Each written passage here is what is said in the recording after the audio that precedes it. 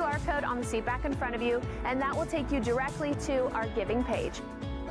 Coming up at New Beginnings, Comedy Night with Broderick Rice, Saturday, April 13th. Great Shabbat, Friday, April 19th. Men's Breakfast, Saturday, April 20th.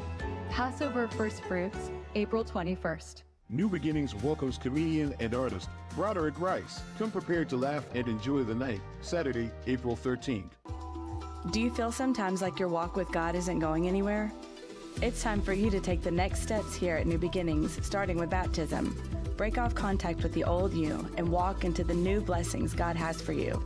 Set a biblical foundation for your life through Fit for Life, where you'll learn about family, stewardship, breaking curses, receiving healing, and more.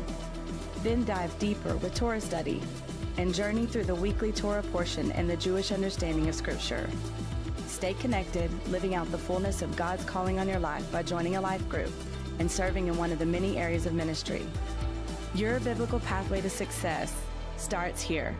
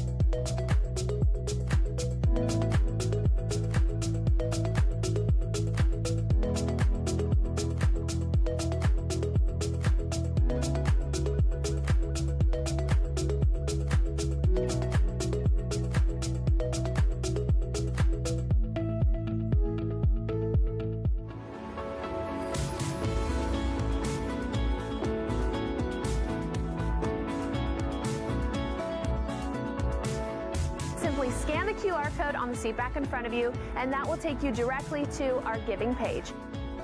Coming up at New Beginnings, Comedy Night with Broderick Rice, Saturday, April 13th. Great Shabbat, Friday, April 19th. Men's Breakfast, Saturday, April 20th. Passover First Fruits, April 21st. New Beginnings welcomes comedian and artist Broderick Rice. Come prepared to laugh and enjoy the night, Saturday, April 13th. Do you feel sometimes like your walk with God isn't going anywhere? It's time for you to take the next steps here at New Beginnings, starting with baptism. Break off contact with the old you and walk into the new blessings God has for you. Set a biblical foundation for your life through Fit for Life, where you'll learn about family, stewardship, breaking curses, receiving healing, and more.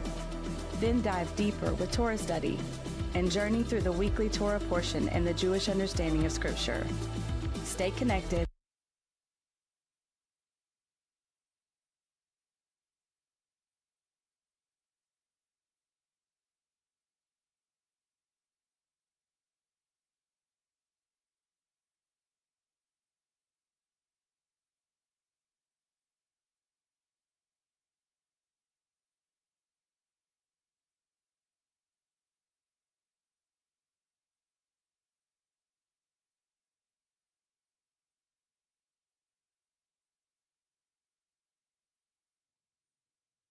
And welcome, we are live.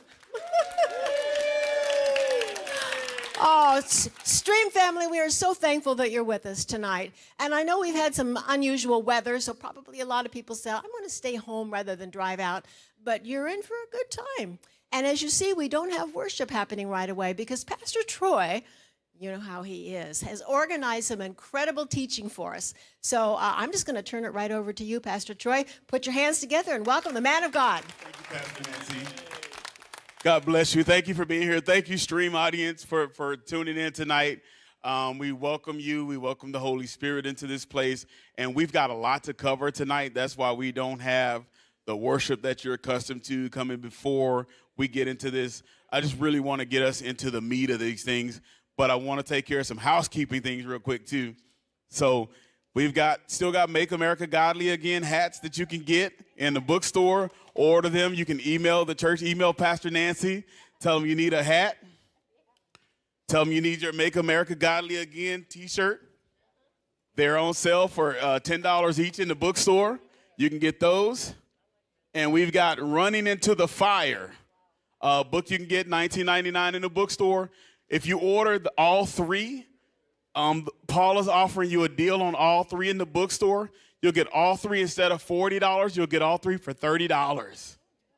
So call the church, email Pastor Nancy. I'm sending everybody to Pastor Nancy. Nancy.cole@newbeginnings.org. And she'll get it forwarded to Paula so she can take care of you. Tonight I want you to take out your notepads. Get your pens and pencils or whatever you're going to be writing with ready, because there's a lot of information getting ready to come down the pipe tonight. How many of you in here tonight and on stream, you love paying property taxes? How many of you love tax increases? Come on now. I thought you were church kingdom people. Y'all don't like paying taxes? He sounds like keeping my money. I think it's very important and very strategic that the type of things that I bring to you guys, because many people won't search it out. And what better place to be informed on kingdom knowledge than in the house of God? I want to challenge and encourage other pastors that may be watching to start stepping up and bringing these things to your congregation so that they can be more kingdom-minded. Because we've got a lot of work to do for God, and we need to make sure that our money is properly allocated and use the system that has been the system of the world to do what it can do so that we have more finances to build the kingdom. Amen? And so I want to first introduce to you a gentleman that I met. I can't remember what you were running for the first time we met. But his name is Scott Grigg, and Scott is currently running for the Collin County Tax Assessor Collector. How many like tax collectors? So he's going to give you a lot of insight into the office of the tax collector, how that works, and how you can protest your property taxes. You wouldn't expect to get that from somebody that's going to be holding office, would you? That's the difference in kingdom-minded people. When we get kingdom people in office, they want to make sure that you have a kingdom perspective on how to do these things properly. So at this time, I want to bring up to have a seat on the stage, Scott Grigg. Give Scott a hand as he comes and takes his place. Our first actual presenter tonight is going to be a gentleman that's been a dear friend of mine for many years now.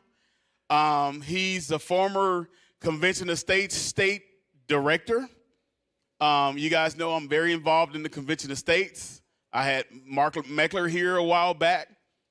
This gentleman, he and I are so close-knit, we even share the same birthday and the same birth year. That is by divine appointment. But he and I, we connect for years on the same stuff on such a tight level. And I believe he's currently running for chairman of the Collin County Republican Party. He sits on the Plano City Council.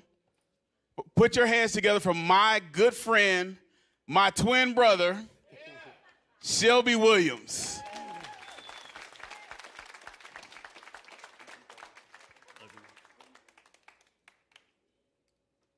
Go ahead.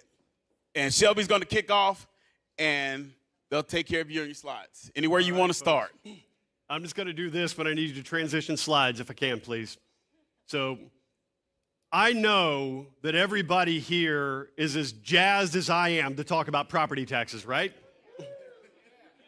When you think property taxes, you're all amped up. You're like, yeah, let's get to it. You may be after this. So a lot of what people experience when they think about property taxes is, kind of a knot in the pit of your stomach, maybe in the pit of your checkbook. But a lot of it is because the property tax system has become very convoluted in Texas and mystified. We're going to demystify all that for you. So I'm probably going to get up and pace a little bit. I hope the camera crew is okay with that. So we've got a double feature. This is the 6th year in a row that Scott Grigg and I have done this Property Tax 101 seminar. So test that. Next slide, please. All right. So I'm going to get out of the way a little bit here. So that's me. I have the privilege of serving on Plano City Council in the May 28th runoff election for Collin County Republican Party chair. These QR codes here, you can scan these. You should be able to scan them if you're watching at home. These go to our websites. So I've been involved in property tax reform efforts in the state legislature in Austin for many years. Can you throw the slides up on the QR codes on the side screen? If you guys scan the ones that are going to go up on the side screens, you'll be able to download the slides. Perfect. There they are. Yep, there you go. Awesome. Yeah, so this entire slide deck you can download. You may want to replay the commentary. So, Scott, please take a moment and tell the folks about yourself. As Shelby said, my name is Scott Grigg. I am running to be the tax collector in Collin County, and I'm proud to say that my team worked very hard. We got 55% in a 3-person race, and I am the Republican nominee over in Collin County. I used to be the finance manager over at the tax office, so I know the ins and outs of that. It's strange that a tax collector is actually a proponent of lowering taxes. I've been fighting for lowering taxes and also educating folks on how the system works so they know where to put their efforts in trying to keep their taxes low. So happy to answer any questions even beyond this. Like I said, go to my website, you can send me messages, but I'm happy to be here and looking forward to this evening. So. Yeah, we are both very accessible. Our email addresses are up here on the screen, our websites. I publish my personal cell phone number. I only got one phone number. So please feel free to get in touch with us with any questions. Next slide, please. So 2 parts we're going to walk through tonight. First, I'm going to cover how the property tax system works in Texas. We're going to cover understanding the whole process, the components, what it's made up of, as well as schools and Robin Hood, colloquially known as Robin Hood, more formally known as recapture. We're going to talk about property tax relief options for homeowners, as well as some of the things that have passed through the state legislature. And lastly, we're going to take a brief look at the potential future of Texas taxes that I'm advocating for. Scott, you want to walk through your portion? What we're going to do, my part, we're going to talk about how to protest your property appraisals. We see these appraisal notices come out, and they're going to be here soon. If you haven't gotten them already, I got a phone call today that the first one, I think, Williamson County has already hit. So when those appraisal notices come out, we're going to talk about what to look for on that notice. Make sure you're reviewing it. Make sure you have all the exemptions you're supposed to. Then we're going to get into how to properly protest your appraisal. And then I'm going to do a little bit, which the city council and school board members that have endorsed me hate when I say this, but we're also going to talk about holding them accountable. Because there's 2 parts of your equation, what your appraisal is and what your tax rate is. And we're going to get a little bit into that. So. That's right. Next slide, please. So a few things to note. First, there is no commercial or financial interest in this seminar. Scott and I do this as a public service. We're not even going to offer to sell you a timeshare. Okay? Unless you want to buy mine. We do this now because, as Scott said, annual appraisals are coming out right now. You're going to have 30 days before the protest deadline. So if you want to protest your appraisal, that's coming up May 15th. So that's why we do this every year right around now. The material we're going to cover tonight is a 101 level course. We call this Property Tax 101. This is not going to make an appraisal expert of anybody, but this will arm you with enough information to understand how all this works and what to do. Next slide, please. All right. If you don't know what comps are, when you go to protest your appraisal, you're going to need comps. These are comparisons, comparable properties to your property. So you're going to need to be armed with this. Scott's going to cover this a little later. This nice woman in the front row is Shelby Johnston, no relation. You can scan her QR code over here, and she's got some flyers out front, I believe. And you can contact her. She is a local area realtor with more than 10 years of experience. She can help you find the most appropriate comps for your property when it comes time for you to submit your protest. So you can reach out to her with the information you need, for the information you need, and with the information you need to give her. All right, next slide, please. So now we're going to cover how the property tax system works in Texas. It's important to know up front that property taxes are the main mechanism for funding local government. By local government, we mean cities, school districts, college districts, and special districts, okay? The state collects 6.25% sales tax. Municipalities have the option of additional 2%. That's where you get 8.25% sales tax in most parts of the state. But property taxes are the primary means of funding local government. So we don't like the property taxes, we don't want to pay them, but good government does come with a certain amount of overhead. But responsible taxation and spending is what it's all about. So we're going to go into how the property tax system in Texas works. Next slide, please. So there's a lot of confusion about this. Part of the reason is because the Texas property tax system was codified in our Constitution 150 some odd years ago.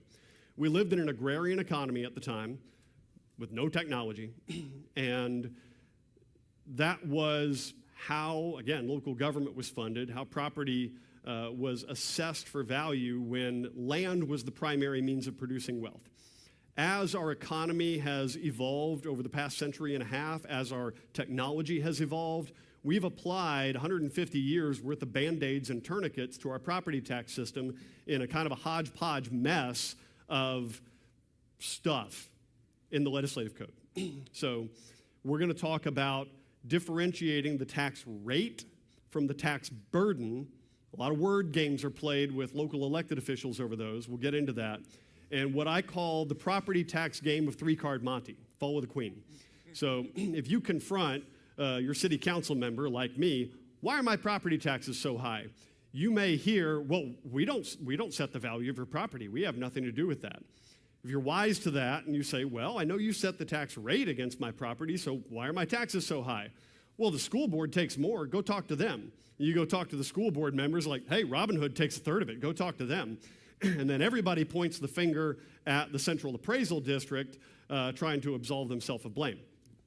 So there are a couple of things to note with the property tax rate. There is something called the no new revenue rate, which used to be called the effective tax rate, which nobody knew what that meant, probably on purpose. And there's the voter approval rate. And so these names were changed in 2019 with Senate Bill 2. So we're going to cover all that as well. There's another component that we'll get to as well. That is the you may have heard M&O and INS. That stands for Maintenance and Operations and Interest in Sinking. We'll demystify that in a little bit. Next slide, please. All right. So the basics of the Texas property tax system. Obviously, it was codified in our Constitution, as we discussed. Now, we're going to use Collin County and Plano as the example for everything we discuss here because, well, in Plano, this is what I know. This is where I have the best data. So residents in Plano, on average, pay about 2% of the taxable value of their property every year in property taxes. All right? So if you have a property worth $100,000, to make the math easy, I don't think you can get anything that cheap in Plano anymore, but you're going to pay about $2,000 every year in property taxes. There are some exceptions to this, which we'll cover. So, as we discussed, local government is primarily funded by that. Now, municipalities, again, have the option of an additional 2% sales tax on top of the state's 6.25%. Now, if you are, interestingly, if you are in a DART member city, Dallas Area Rapid Transit, like Plano is, for the privilege of being a DART member city, you get to fork over half your sales tax directly to DART. For the city of Plano in the upcoming year, that's anticipated to be $117 million in sales tax going straight to the DART system. So, yeah, I'll do a whole other seminar on that. The county appraisal district determines your property value. They don't actually send an appraiser out to your home every year to do this. Their job is just to try to figure out what the fair market value of your home is. They use a variety of methods to do this, which Scott will cover. When it leaves the appraisal district, that's the first part of the process.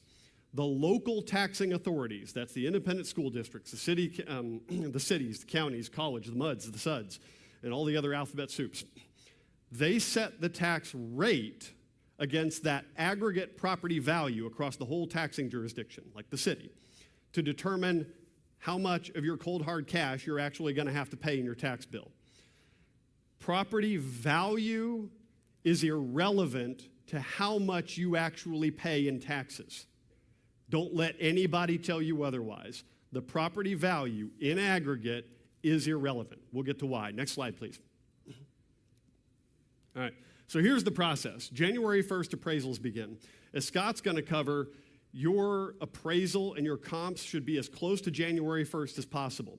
If you were building a mother-in-law suite in your home and you broke ground on January 2nd, they're not supposed to count it, right? January 1st. April 15th, right around now, valuations are mailed. You get those in the mail, you say, hey, your property is worth $11 bajillion. We're going to tax you for every penny of it. 1 month later is the protest deadline. In June, most ISDs set their tax rate, and in September, most of the Plano City Council and Collin County set our tax rates. So the property values are set first before the taxing authorities, the local governments, get a hold of this. Your final tax bill, the amount you actually pay, is 100% determined by the ISD, the city, the county, and the college board. There's a little asterisk for the ISD based on Robin Hood, et cetera. We'll get to that. But your local elected officials are the ones you need to talk to about your property taxes, not the central appraisal district. You should work through the central appraisal district on the taxable value of your property. That's what Scott's whole portion is going to be about. But we have total control over your final tax bill. Next slide, please. Okay, this is a sample appraisal. A couple of important things to note here. We're not going to cover all of this, but the main things you're looking for on here are in the far right column, proposed, this is from 2023, obviously, proposed for 2023, there's the total market value. That's what your property might sell for on the open market.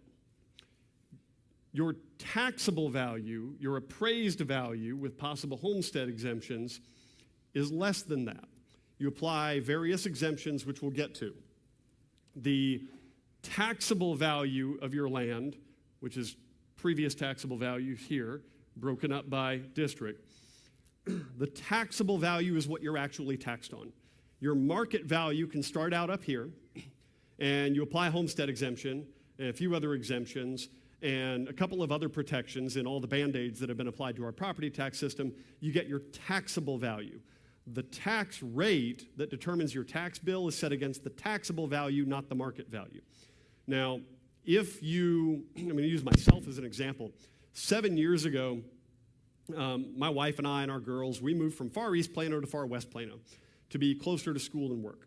We'd had our home in East Plano for about 15 years. There's a limit by state law that your taxable value cannot increase by more than 10% per year. Well, when property values started going haywire after about 2011, then property values started going up, 10, 15, 20, sometimes 30% a year.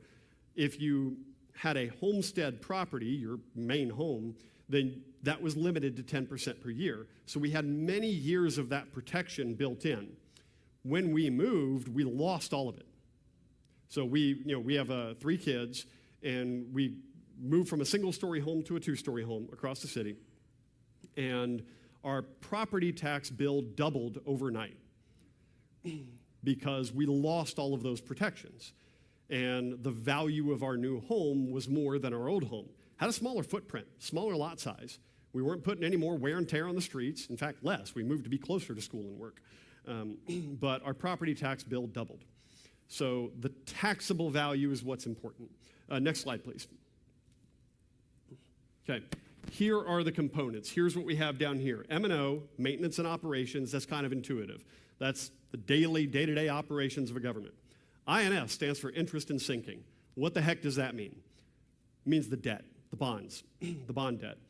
So as an aside, every time a school district or a city or a county is proposing a bond and they say this won't affect your taxes, that's wordplay.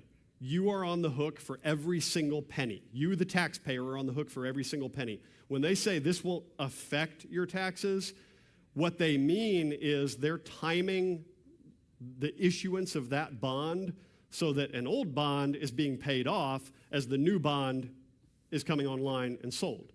And then you're still paying.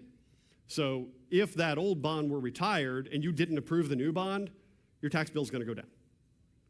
So yes, you pay every penny. Don't ever believe otherwise. So the school districts by far comprise the lion's share of your tax bill. So the bright red here is the maintenance and operations. These are actually broken up into separate components by law.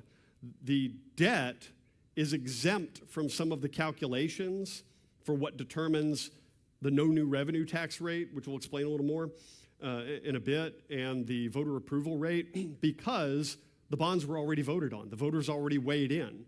And so that's why the INS, the debt rate, is separate. The M&O rate comprises most of it, the INS a little bit more. In your area, I don't have charts for every area, but in your area, the more the dark red is, the more debt you have.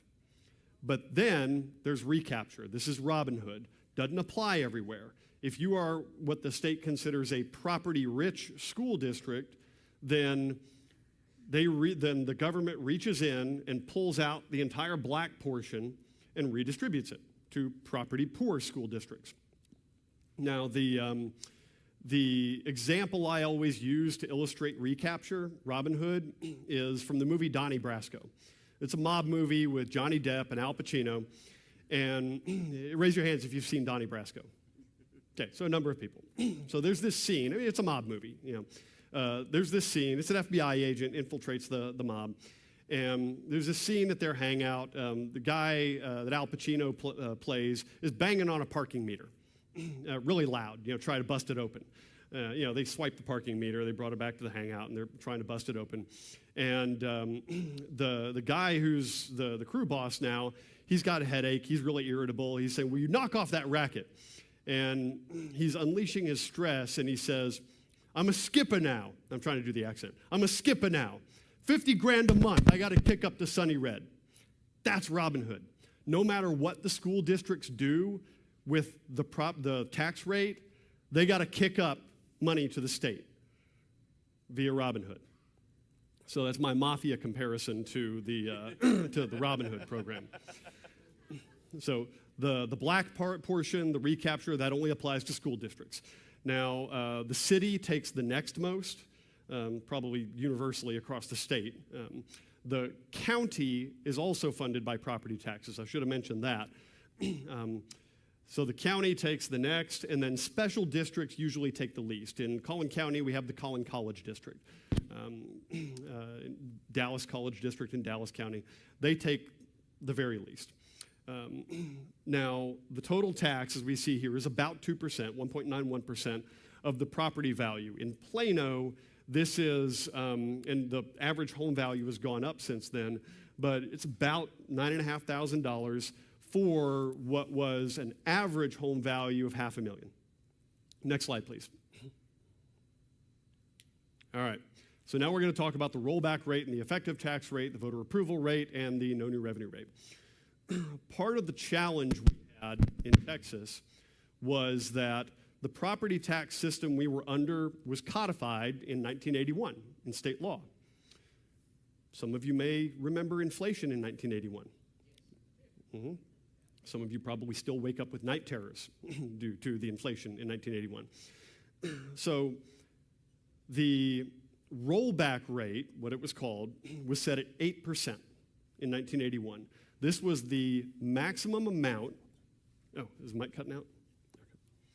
This was the maximum amount to which local taxing authorities could raise your taxes in any given year without allowing the voters to have a say on it. 8%. Sounds like a lot, right? Well, if you remember what inflation was like in 8%, or in 1981, the logic here was, all right, cities, counties, school districts, you can raise your taxes enough to keep pace with inflation. Okay?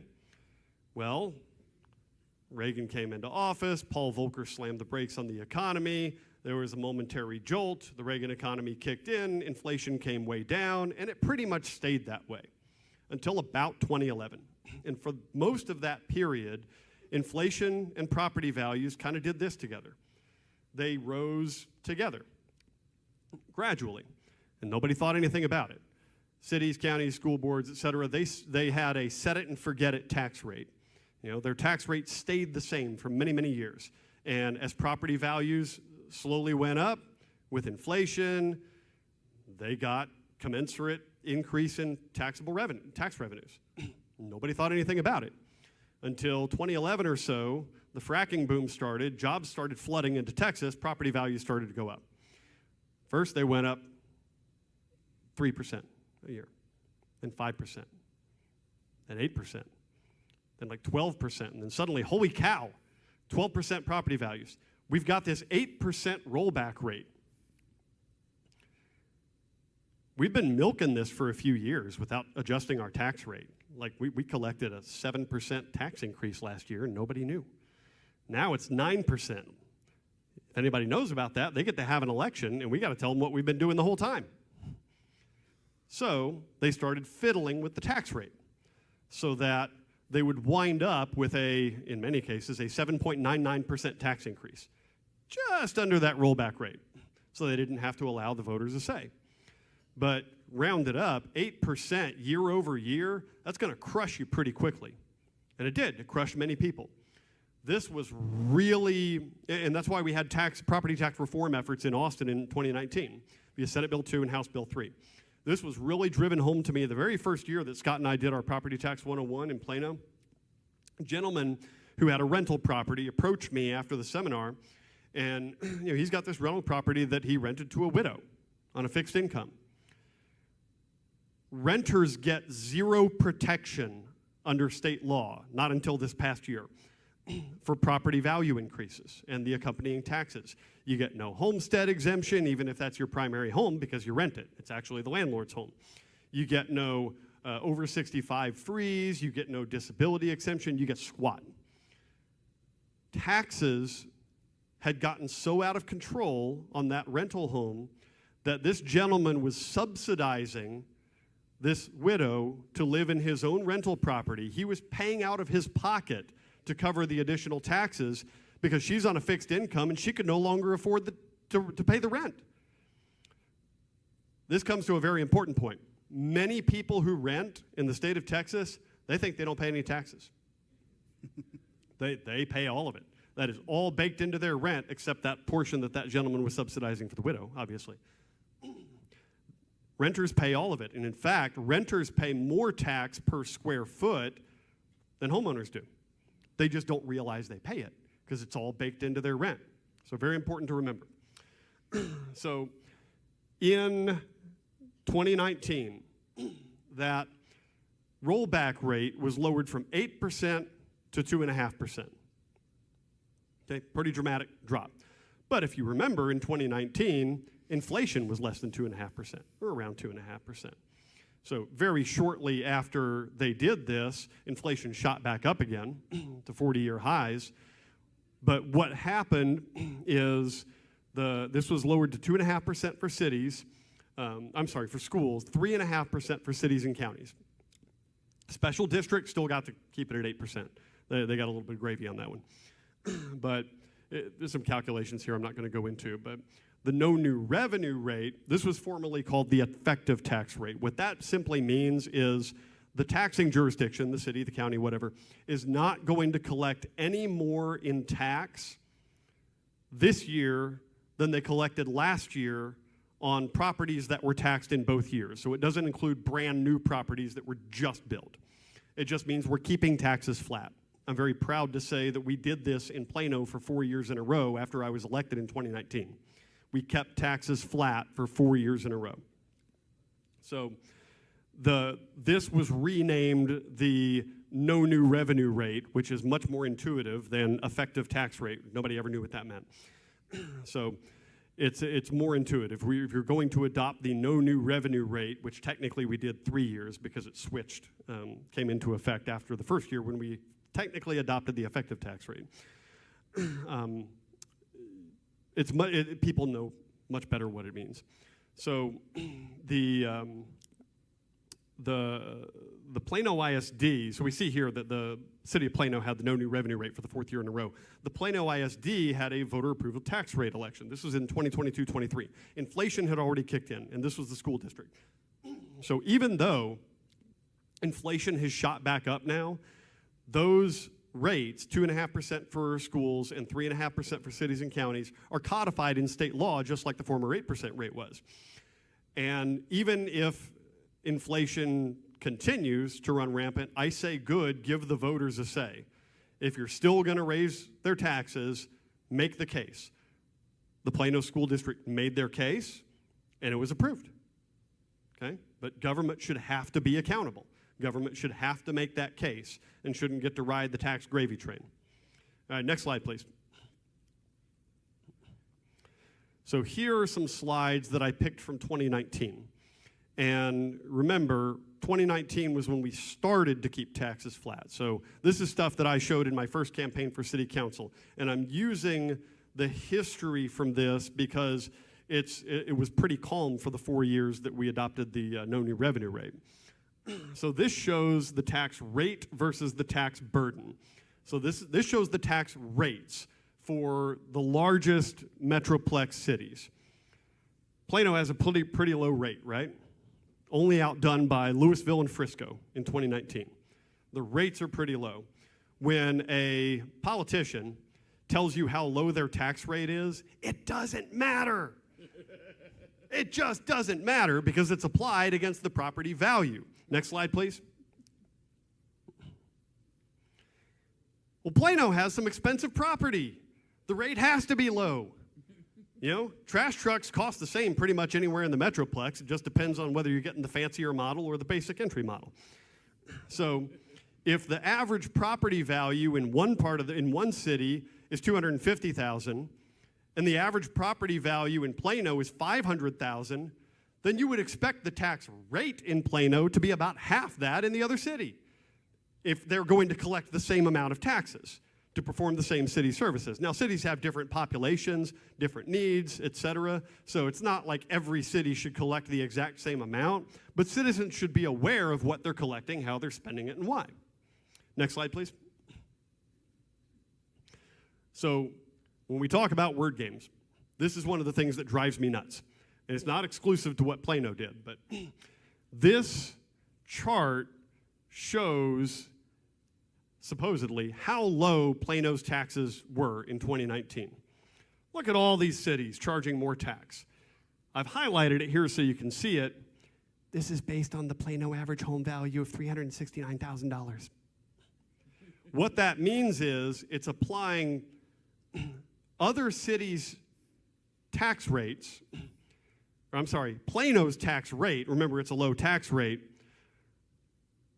against other cities' home values. So it's basically swapping it. So unless you're going to Oz and a tornado picks up your house and drops it off somewhere else, that's not how real estate works. Shelby can tell you. The exact same home in Plano and Fort Worth are not going to be worth the same. They're just not. Okay, so applying one city's tax rate to another's average home value does not yield what you actually pay in taxes. Next slide, please. This shows that Plano's actual tax burden, which is what you care about, is middle of the pack. Not the lowest, not the highest, dead middle of the pack for these cities. And that's what's important to understand when you hear from politicians, local elected officials, what goes into your property taxes. They will talk about the rate all day long. How many rates is it going to take to put your kid through college? How many loaves of bread can you buy with a rate? How many rates did it cost to fill your gas tank today? It's nonsense. Takes cold hard cash, takes dollars. Sometimes crypto, but we're not going there. Next slide, please. All right. This is the very dead simple calculation. So if you come away with anything tonight, other than from my portion, memorize all of Scott's. If you come away with anything tonight, this is it. This is how your property taxes are determined. The property value is set first. You get your appraisal like you're going to in a few days. You go through your whole process like Scott's going to coach you on. You get your comps to do that like Shelby's going to set you up with. Then the local taxing authorities, the cities, the school districts, et cetera, they're going to figure out how much they need to collect in taxes that year. They say, we need $500 million to run the city, okay? So if the average property value is this much, then they're going to set the tax rate at however much is going to give them $500 million to run the city. It's easy. If all of the property in the city doubled in value overnight,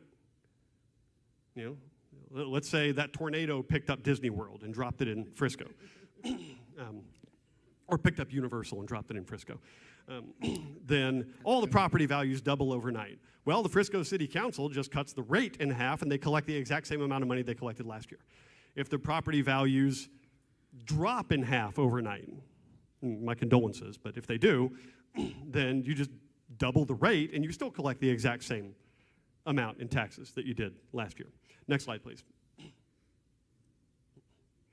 So this is where I used data from before we started to adopt the no new revenue rate, so you can see the disparity here. So the red line is the actual average tax burden. Now remember, the average home value in Plano now in 2024 is over $500,000. Back in 2019, the average was about $380,000. So the average tax burden is the red line. The green line is the inflation rates. Obviously, since 2021, that's spiked. The blue is the average income.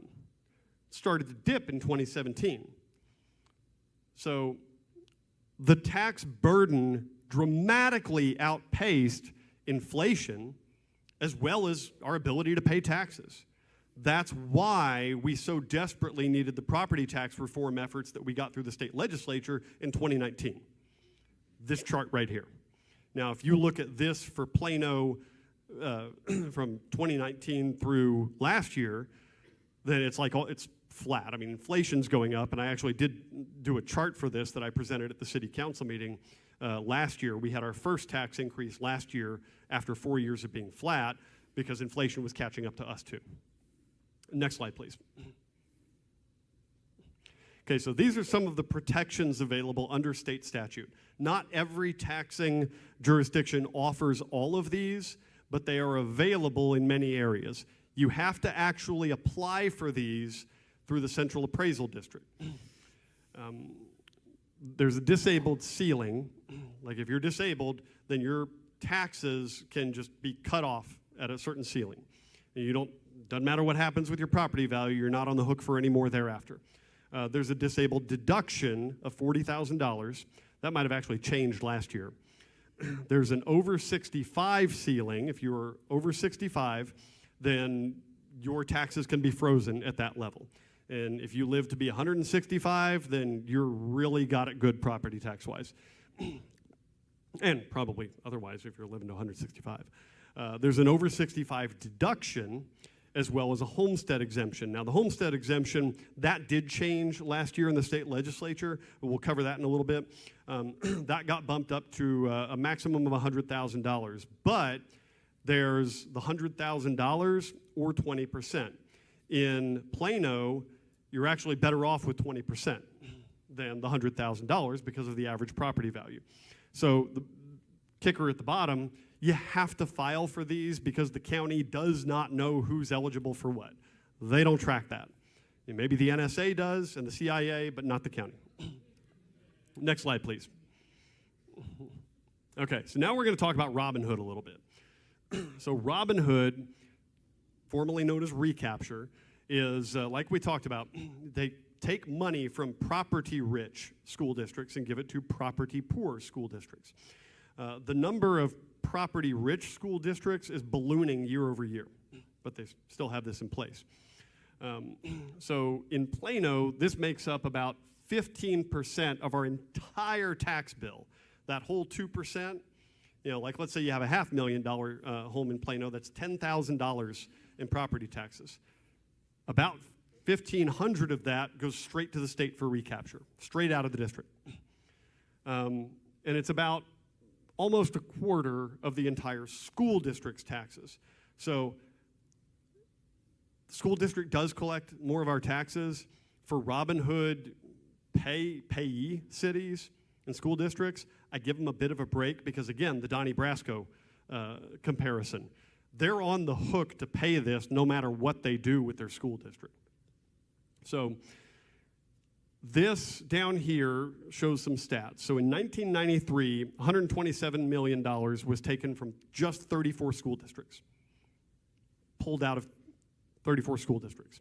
In 2021, this had amped up to $3 billion with a B, taken from 158 school districts.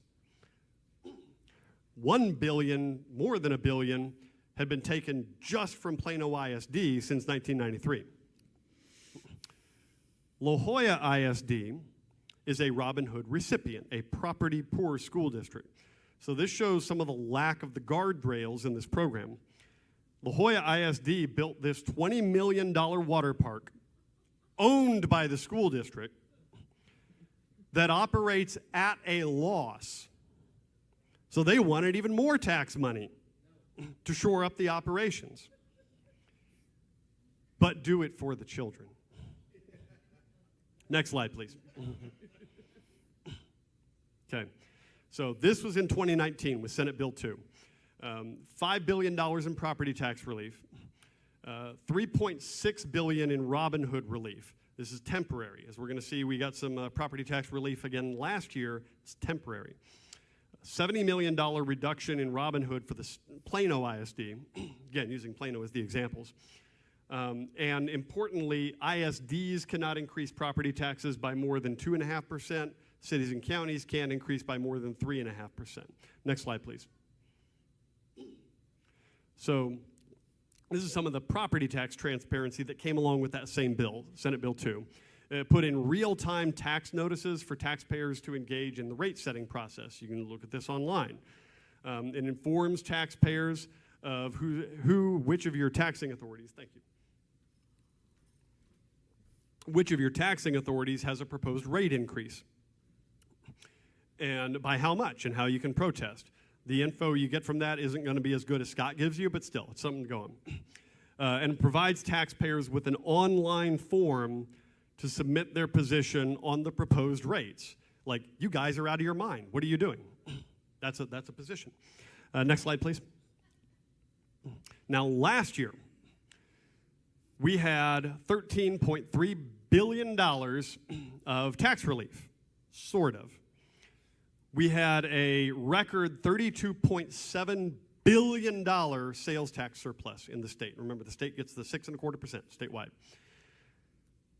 the legislature had planned for one amount. They do this biennially. Our state legislature meets once every 2 years by the Constitution, and they're limited to a 5-month session to limit the damage that they can do while they're in Austin. Imagine if they were there year-round, like in Washington. My goodness. So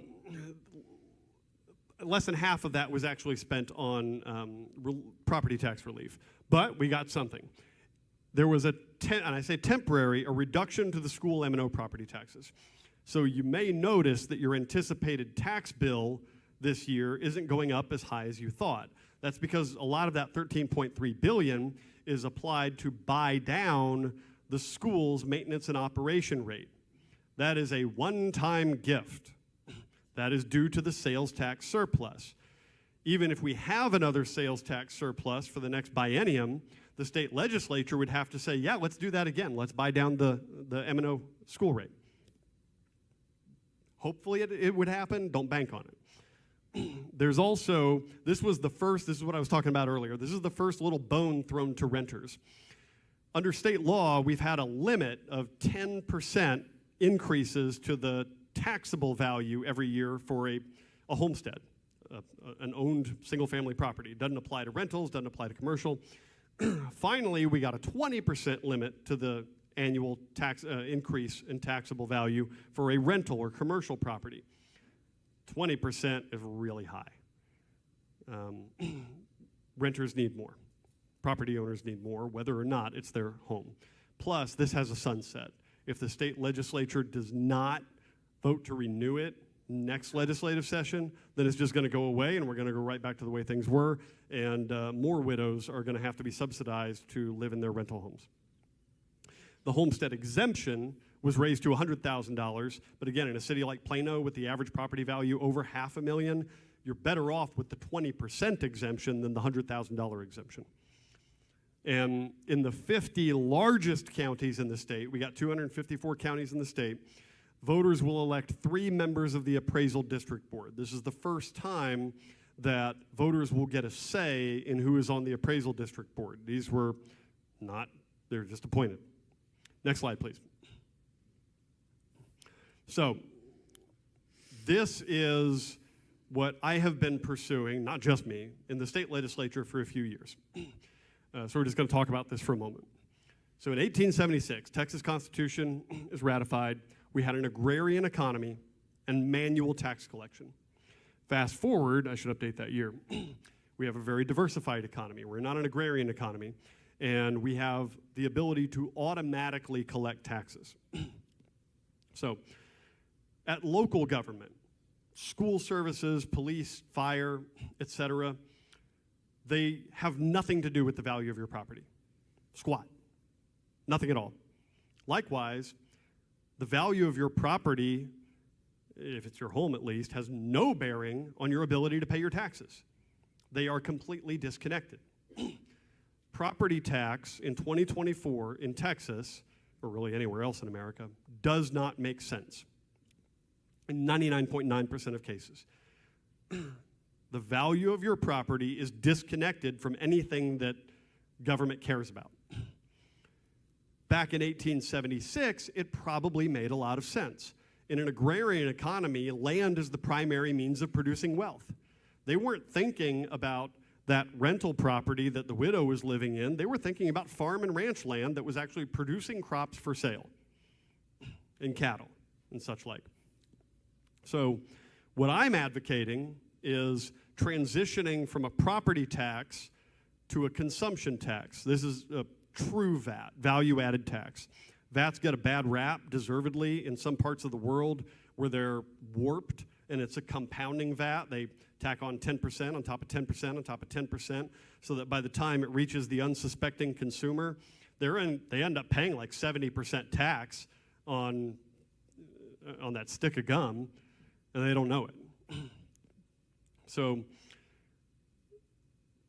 when you can control what you spend, and everybody can do that to some degree. You can control what you spend. You can not buy that stick of gum. You know, you can choose one car method of transportation over another. You can choose to buy one house over another. Shelby can help you with that. When you go to the store and you buy something for $10, if you're charged $15 at the register, you know the government just took a 50% bite out of your butt. You know whom to hold accountable. That's more transparent, it's more fair, and that's one of the many reasons I advocate this. The reality is, I call property tax modern-day feudalism. You know, in the feudalist structure, you worked the land you were given at the sufferance of the local lord who actually owned the land. You know, you worked the land, you produced your crops, whatever you did on it, timber, etc., and you got to keep some of that for yourself to subsist, and the rest of it went to the lord who owned the land. That's feudalism. Kind of the same thing here. As long as there is a property tax, you do not own your home. For failure to pay that property tax, whether you are retired, whether you are disabled, is ultimately going to result in eviction by the local lord. Next slide, please. So I know you can't see this very well here, but you can download the deck from these QR codes on the wings and check this out. So in brief, this is the slide I created, the chart I created to illustrate how a consumption tax, a true value-added tax, would work in Texas. So I use Bluebell Creameries as the example, because everybody in Texas understands Bluebell. It was that or Whataburger. So I went with Bluebell. So Bluebell Creamery in Brenham, Texas, I've been there, in the county of Washington, has a fair amount of tourism, but they make a lot of ice cream, right? Very little retail presence in Brenham. There's a little bit. If you were to remove property taxes and remove, and just keep sales tax, our current sales tax system, Brenham would die. County of Washington would die. There'd be nothing for them to fund local government with. The retail sales tax system that we have right now, the 6.25% plus optional 2%, that's based on the sale to the end consumer. You know, in a value-added tax, you're actually taxing every stage of value increase. Now, you know the value's increased because whomever's selling it to the next guy upcharges it. So hypothetically, you can see all these numbers here. You know, if you care to put yourself to sleep after you download the deck. You know, let's say Bluebell manufactures $1,000 worth of ice cream, you know, and they put all those half-gallon tubs on a truck and with the distributor. Distributor pays for the $1,000 of ice cream. They pay a 10% tax. Now, we think we can even get it under 8%, but let's say 10% to make the math easy. They pay $100 in tax. That $100 goes to the town of Brenham and the county of Washington to fund local government. Great. Distributor goes off to Waco, and they sell to, let's say they sell to an H-E-B hub in Waco. I don't even know if H-E-B's come to Waco yet, but it's come to Plano in Frisco. So they sell to an H-E-B hub. The distributor marks it up to $2,000 worth of ice cream. Exact same ice cream, they mark it up. So now the H-E-B in Waco pays $200 tax, okay? And now here's the beauty, using the exact same system that already exists with the Texas Comptroller. We don't even have to build anything new. We just have to reconfigure some tables. The distributor then applies for a credit with the comptroller for the tax they already paid when they bought the ice cream in Brenham from Bluebell. That way, it's not $100 on top of $200 on top of $400 that the end consumer pays, because that credit goes back through every transaction along the value chain, so that the end amount that you and I pay when we walk into the H-E-B in Bedford or Plano or anywhere else is still only 10%. That's the end amount. And we pick up that half gallon, let's say we're getting 2 half gallons for $10. Bless you. So we're getting 2 half gallons for $10. At the register, they charge us $11. And we know that the government has taken a 10% bite out of our butts. Far more fair and transparent. That is what we hope to accomplish in the future of Texas taxes. And last year, for the first time I ever saw in the state legislature, there was real focus put on the problem that is property taxes in Texas in the modern era. And I think we are starting to move that way. It's probably going to take more than a decade before it gets done, but we have started to move that way. Next slide, please. Now, I am pleased to hand it over to my friend Scott Grigg, who is going to teach you what to do with that appraisal notice you're about to get in the mail. All right. Thank you, Shelby. So, go ahead to the next slide. Oh, all right. Real quick, just to give you a little bit of a history. Prior to 1980, we had every taxing entities doing the evaluation of your home. If you had 4 taxing entities, you may have 4 different values. So they created the Central Appraisal District. That way they do it for everybody, and everybody's taxed on the same value no matter who the taxing entity is. Property values are set on January 1st, and that's real important. So keep in mind, what is your condition? We're going to talk about conditions of houses. What is the condition of your home as of January 1st? If that new puppy you got for Christmas knocked over the Christmas candle and burned down half the living room, you got to remember that. So you got to make sure that you keep that in mind when you go to protest your property appraisals. There are to be done at market value. Now, the definition of market value is what a normal person would buy the property for during a normal amount of time. And there's exclusions to that. A good example I'd like to use, if the lot next to me is vacant, it's worth more to me than anybody else because I don't want anybody building there. That's where my kids play. So if I pay 10 times market value, it's because I have a vested interest in owning that lot. That should not be my new appraisal value because that's not the definition of market value. And it's even outlined in our statutes, our tax code. Tax code's about that thick. If you're having trouble sleeping, I will loan you my copy. As we talked about before, appraisal notices come out about April 15th. I got the first phone call today. Hey, I got my appraisal notice, and it says I owe this money. Why did I get a tax bill? Okay, you don't get a tax bill in April. What happens is most of the time, so you get a little bit of an idea of what your tax burden might be, they use last year's tax rates versus your new appraisal rate to give you an idea. Now, here's the one thing I told you. I'm going to tell you something that the city councils, people like Shelby and other people, hate when I say this. When the appraisal value is set, they have no idea what your tax rate is going to be because they are months away from setting that tax rate. However, when they set the tax rate, they know exactly what your appraisal value is.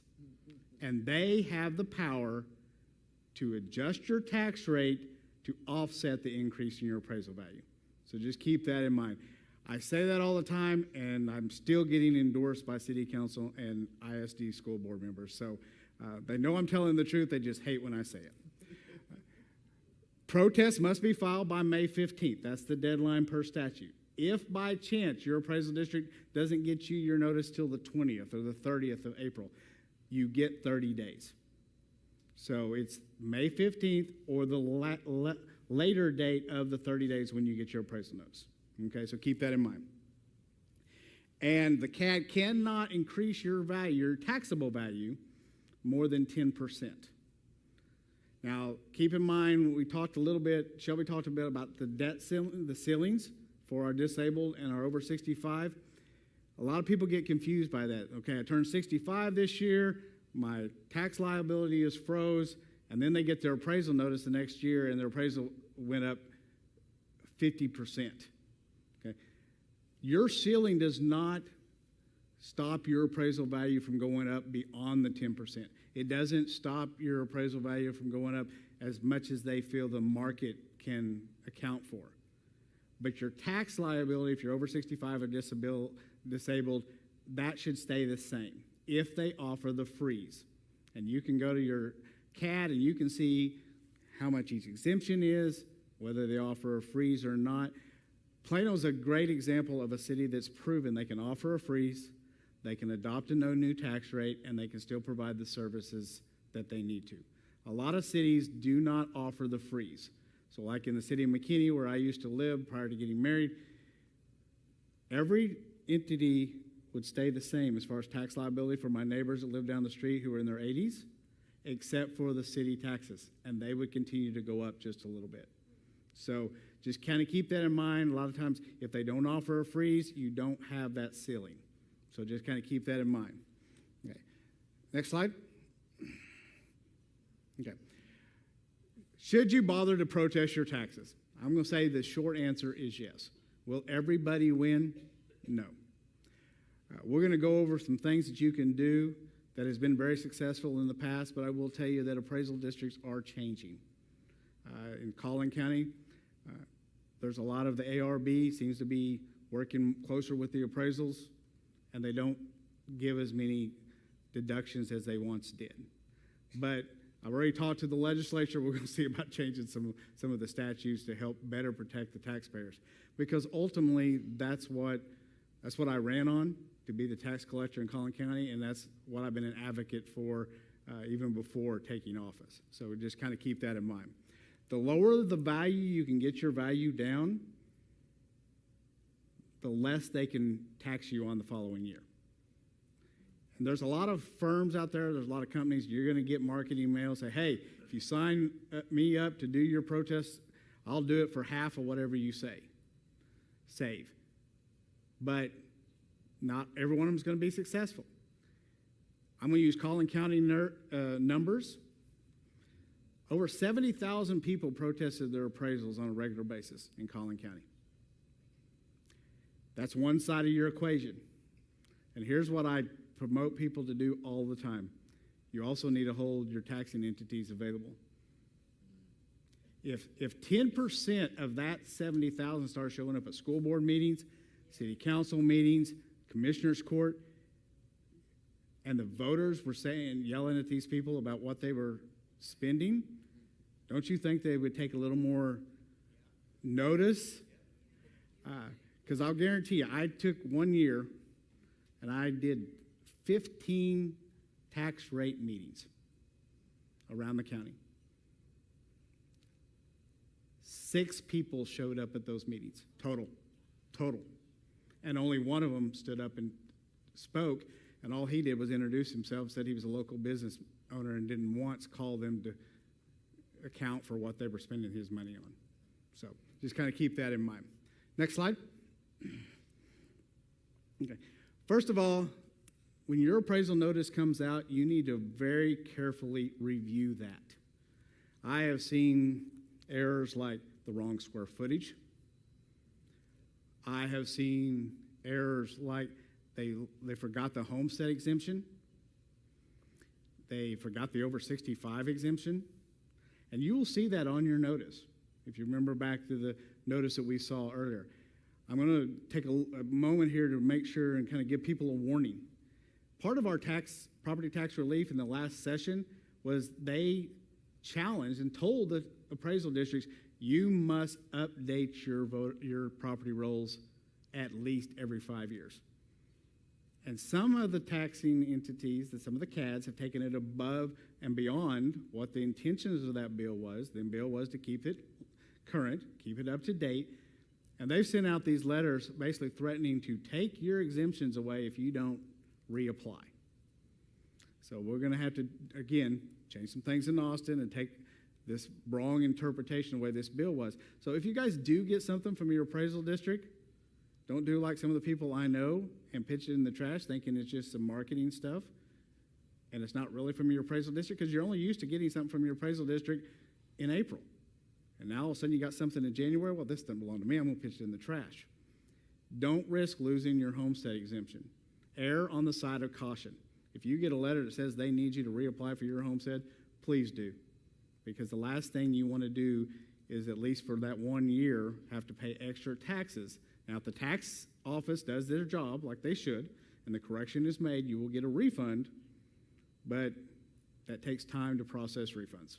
So don't let them do that to you. Make sure, like I said, all your exemptions are there, the information's correct, the classification of your property. If you're living in a house and it says commercial, okay, That's wrong. Make sure your taxing entities are correct. In Collin County, we have 4. There's districts in Harris County that have 12 different taxing entities. Hospital districts, utility districts, special school, library exemptions. The new one in Collin County that comes up a lot is property improvement districts. And what that is the developer has basically taken what they used to pay for, the streets, the lights and all that stuff, and put it onto the property tax. So you get $3,000 from all the taxing entities, and you get another $3,000 for public improvement districts. So if you're out looking for property, if Shelby's out taking you looking for property, ask her, hey, is this a public PID? Because you don't want to pay that extra tax. Okay. So just keep that in mind. Next slide, please. Are you a good candidate to protest? I'm going to tell you, not everybody is.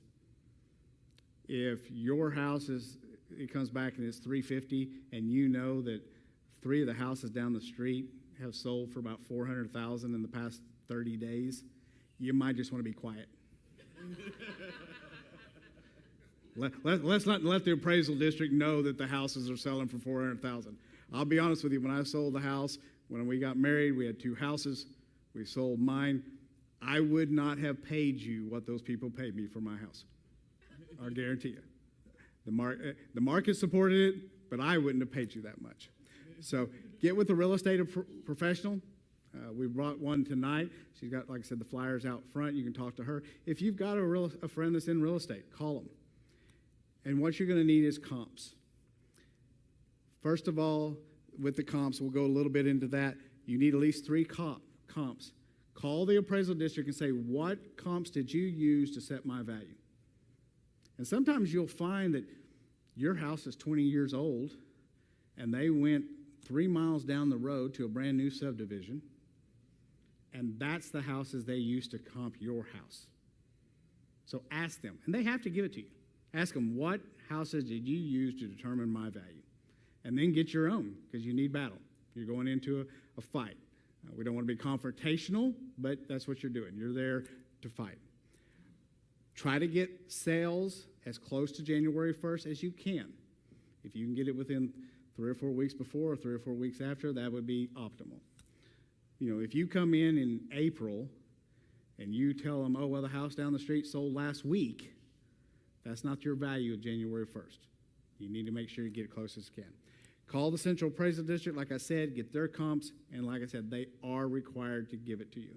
And a lot of times when they start pulling their comps, they may realize a mistake and they may offer you a deal to lower your property before you ever go in there to do the official protest. Okay, next slide.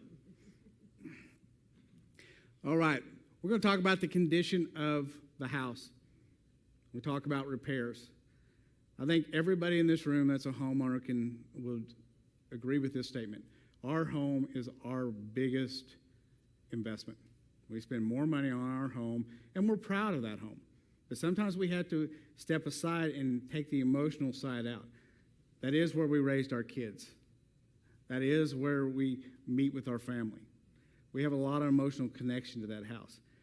And we look at it as a very valuable thing. Okay, when it comes to this, you need to look at it as the biggest dump on the street. Okay? You need to criticize it any way you can.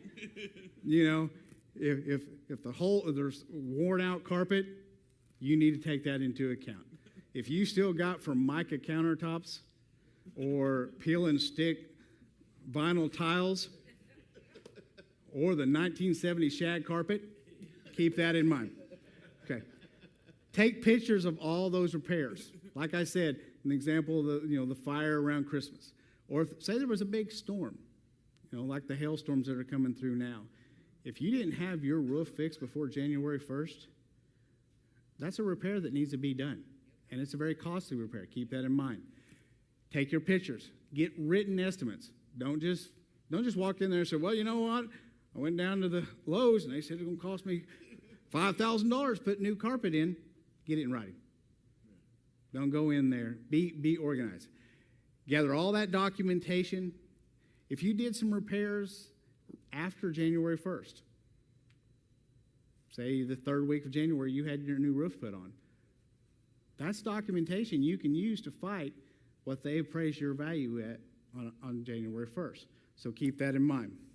Make a list of all the upgrades that the comps they gave you. Okay? If you like your shag carpet and you like your Formica countertops, but every comp that they gave you has hardwood floors, marble tile, granite countertops, they've got all fresh paint, and you haven't done any of that, keep that in mind. Get written estimates on what it would take for you to bring your house up to those standards. Now, that doesn't mean you have to go out and actually spend the money to do it. But you need to get that documentation and figure out what is going to make your house compare to what they're saying, apples to apples. Okay. Like I said, just kind of keep those things in mind. Okay, next slide, please. Okay, now that you have all the information together, and you got your little binder, or you got your notebook, or you got a box, don't do like a lot of the people that when I took my property tax or my income tax class in college, and they handed me a big envelope full of receipts and dumped it out on the table and says, now calculate this guy's taxes. Don't do that, because you're not going to get anywhere. Go to the CAD, ask to see an appraiser. Sometimes you can go and you see the appraiser, and they'll look at what you have, and they may realize, hey, this guy's got a good case, and they'll offer you a deal. If they offer you $30,000 and that's where you think your house already was, take it and run, because it's going to take time to come back and actually present your protest. So keep your mind around, okay, is it worth the time to come back and all that kind of thing. So kind of keep that in mind. If there's no appointment required, sometimes they do have appointments required. We still got a few appraisal districts that are still working on the, they'd rather do Zoom and that kind of thing, but a lot of them have gone back to face-to-face. If the offer you get is not satisfactory, then you do have another option. Austin has built in options for us. If the appraiser says no, we have an appraisal review board that is made up of taxpayers just like you. They serve on for 2-year terms, and you can go in front of a 3-person panel and present your case. But I will warn you, don't be argumentative. If you walk in there and you're mad and you walk in there and automatically you start yelling and screaming at these people, I will almost guarantee you're not going to get a penny off your appraisal, because you put them on the defensive already, and they're just not going to do it. Okay. Next slide. Okay. Here, a little more detail about the ARB. Like I said, it's a 3-person panel made up of taxpayers. When you file the protest, they usually schedule it. Like I said, in Collin County, 70,000 protests. That's a lot of moving parts to try to get in there and talk to them. That's another reason why they do try to offer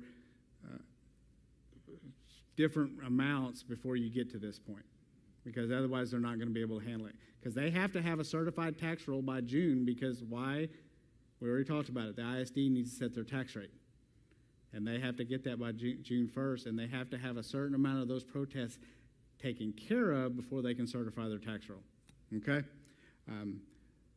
Typically, the appraisal district, unless you ask to go first, they are to present their case first. Remember, you already have their comp, so you pretty much know what they're going to say. You can prepare for that. And then you will have a chance to talk. The panel will make a decision, and they'll determine whether there's adjustment. However, keep in mind, this is not the end of the road.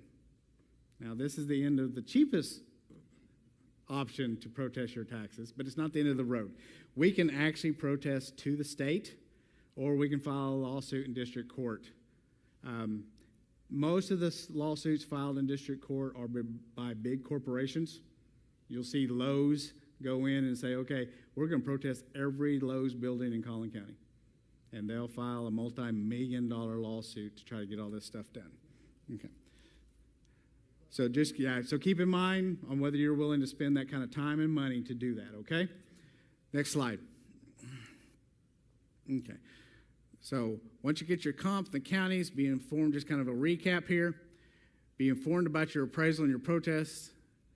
Attend the school board meetings, city councils like I talked about. Like I said, if there's no reason to fight one side of this equation if we're not willing to fight the other side, because you got to keep both of them under control. Okay, school board set the rate in June. Cities and counties do it in September. We hear this a lot. Local elections matter.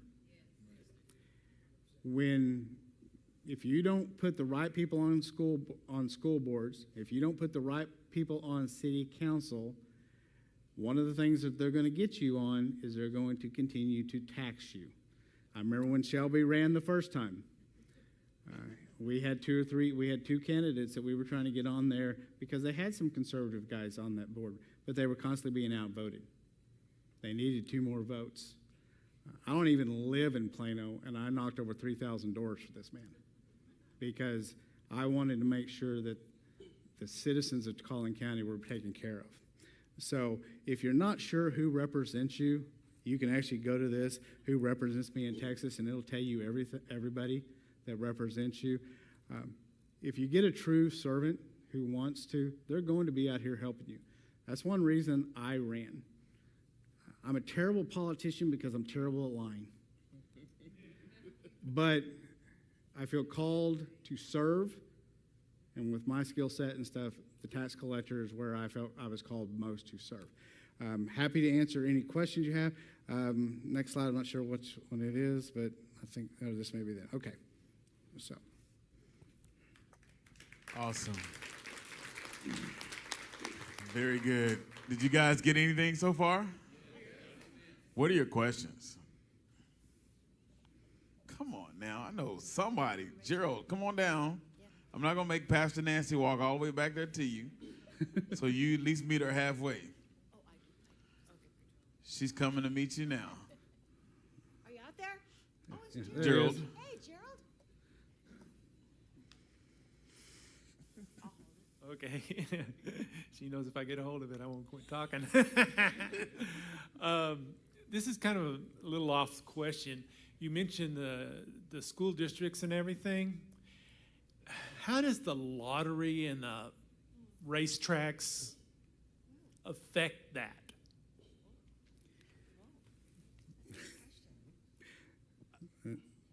That's a very good question. There's not a lot of transparency in where that money's going. Yeah. What happens with the bulk of that money is it goes into the general fund, and once it hits the general fund, it gets very, very hard for them to track. So that's one of the. I hate to say that's the answer, but that's about the best answer we got because I ask that question a lot because I do try to work with the legislature all the time when I see tax, especially property tax stuff that comes up. This last session, Senate was doing one thing, House was doing another thing. What the Senate was doing was not helping elderlies enough, the elderly citizens. So I went and I called them. I don't say this as a form of brag, but there's a reason why I have their cell phone numbers in my cell phone because I bug them until they listen to me. Yeah. And I bug them because people like you and other people that when I'm knocking on doors share their concerns, and I pass those concerns on. I've even shared concerns I've heard while knocking doors to Shelby before, saying, hey, because they'll start talking about stuff I have nothing to do, especially as a tax collector. They're complaining about that pothole. I can't do anything. I don't know how to fill a pothole to save my life. But I know people who know people that can do it. So. No, that's right. The general fund is just a giant pool of money, and like Scott said, tracking where it goes from there is impossible. But General fund from what? the state. The state general fund, it's basically equivalent if you took a glass of water and poured it into the swimming pool, and you want to know what happened to that glass of water. Yeah. That glass of water is the lottery money, and they just dump it in the pool. Yeah, they dump it in the big pool. Unless you put, even if it was colored water, it's going to get so diluted in the pool, you're not going to, if you poured dark red liquid in there, it's not going to take long before it's all clear again. But money, in the end, money is fungible. It doesn't matter which column it's in. In the general fund, it's just part of the same pool. It doesn't go directly to school district, it goes just to the general fund. They say it filters to the school districts, but I've yet to see the transparency to prove that. Yeah, when you dip your bucket into the pool, you're going to get some of that diluted colored water. Yeah. Next question. I have a really good question. I live in a house, I think it's worth about $250 right now. And when we got our property tax bill, I live in Dallas. We got our property tax bill this year. We're obviously well over 65. Our tax bill is $118. We paid it real fast. But I really don't understand this at all, because, before we were old, our taxes were like three grand a year or something like that. And then we got our homestead exemption and all that, and it came down. But how can it be that low? But the scary thing is, what's going to happen next? Don't get used to it. That's that sales tax surplus, that state sales tax surplus. Yeah. That was used to buy down the school maintenance and operations. Yeah. So basically, the state of Texas just paid your school taxes for you. Yeah. Don't count on that happening next time around. Yeah, that's what I thought. Anytime there's a change in tax law, what they do is they take your account and they remove all exemptions, they reapply everything new, and they set your new freeze amount, your ceiling, what your liability is going to be. If they put all that in, your liability would have gone up, then you go back to where you were. If it goes down, then that sets your new ceiling. So, and for the record, when we're talking about those ceilings, they can transfer from property to property as a percentage, not as a dollar amount, but as a percentage. So if you're only paying 30% of the taxes you would pay otherwise, if you move to another home, you will then only pay 30% of what your taxes would be otherwise. So if you're frozen, I didn't get that if the taxing entity offers the freeze. Okay. Thank you. No problem. Another question? All right. Got one behind you. Oh, hi. Okay, what's your question? So, do they send somebody out to look at your house? So you can just get all this documentation of all the messed up things about your house and then protest it? They don't have the manpower to send somebody to every single. I will tell you some of the tools they use: drones, satellite pictures. They'll look at a satellite picture and all of a sudden they look and say, "Wait a minute, there's a big addition to the back of that house we didn't know about." Now, in that case, they may send somebody out to have a closer look. Is it just a covered patio, or is it an air-conditioned, space, living space? In general, what they do is they go in and they do what they call mass appraisals. And they go into the neighborhood and they've done their homework. They know that most of the houses have this kind of amenities, they use this kind of building material, and they value it at so much per square foot. Now, square foot isn't the end all of that.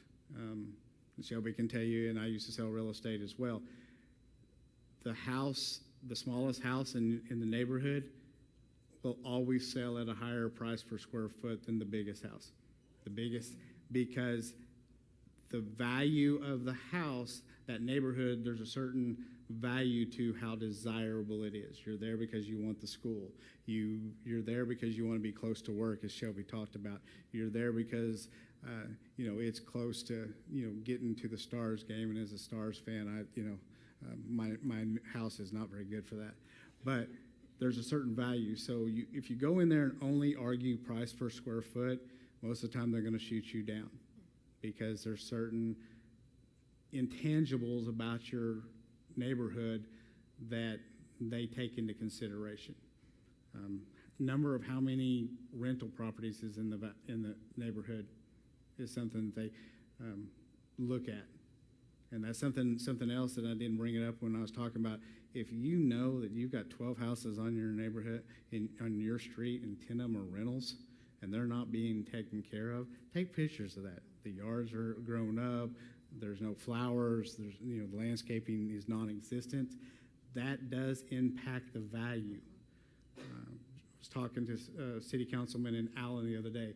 There's a certain intersection that's very busy that most realtors will drive way out of their way to keep away from that intersection, because it's a bunch of rundown shopping centers, and it's not very flattering for the city.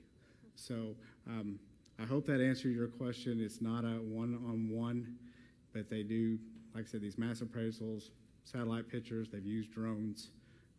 There's several different tools that they use, and sometimes they use the tools that they get from the protest.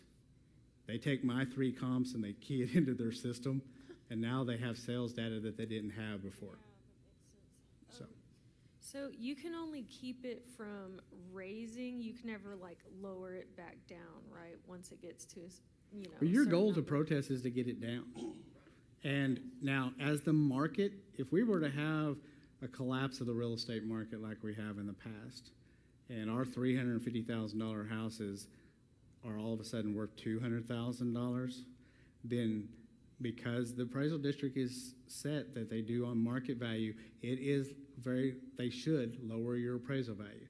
Now then, when that happens, you're going to see the tax rates go up, not necessarily enough to raise taxes, but they will go up enough to offset the decrease in appraisal values. So Make sure your local taxing authorities don't milk it. Yeah. okay, so if you like get your numbers and it seems pretty close to what everything's worth in your neighborhood, then just be like, I'm good. I'm going to be honest with you, I've never protested my appraisal value. Neither have I. And like I said, not everybody does.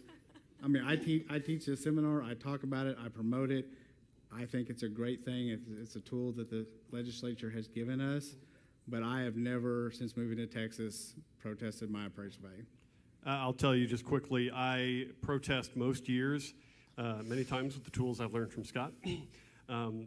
When you go and file your protest online, they ask you to put in what you think the reasonable value of your home is, and assuming you have some real idea of that and you think it's the fair market value is worth less than what they're appraising it at, go ahead and put in that number. Sometimes they'll just make you an offer.